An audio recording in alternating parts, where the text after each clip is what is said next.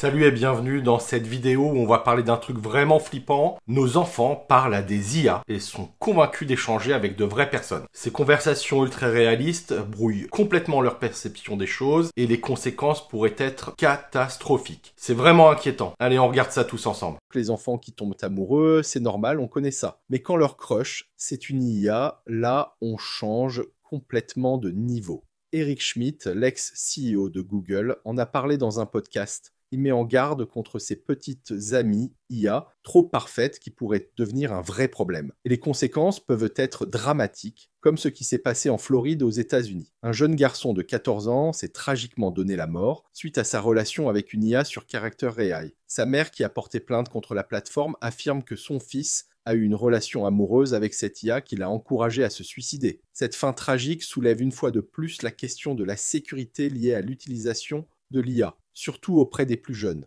Eric Schmidt souligne que certaines IA poussent les enfants vers des comportements destructeurs. Il parle notamment de troubles alimentaires, de manipulation émotionnelle et même d'interactions vraiment inappropriées avec des mineurs. Mais le hic, c'est que les entreprises qui créent ces IA sont bien protégées par des lois. La section 230 du CDA ou Communication Decency Act, par exemple, leur permet de se décharger de la responsabilité quand leurs produits causent des problèmes. Et quand on sait que Google a investi des milliards dans des entreprises comme Character AI, ça nous laisse penser que les choses risquent de ne pas changer de sitôt. Mais franchement, qu'est-ce qui peut être pire qu'un enfant poussé au suicide par une IA? Il est grand temps d'agir avant que les catastrophes ne s'accumulent. On ne peut pas laisser des enfants qui sont déjà vulnérables se retrouver exposés à ce genre de danger. La société, la loi et nous, en tant qu'utilisateurs, avons un vrai rôle à jouer.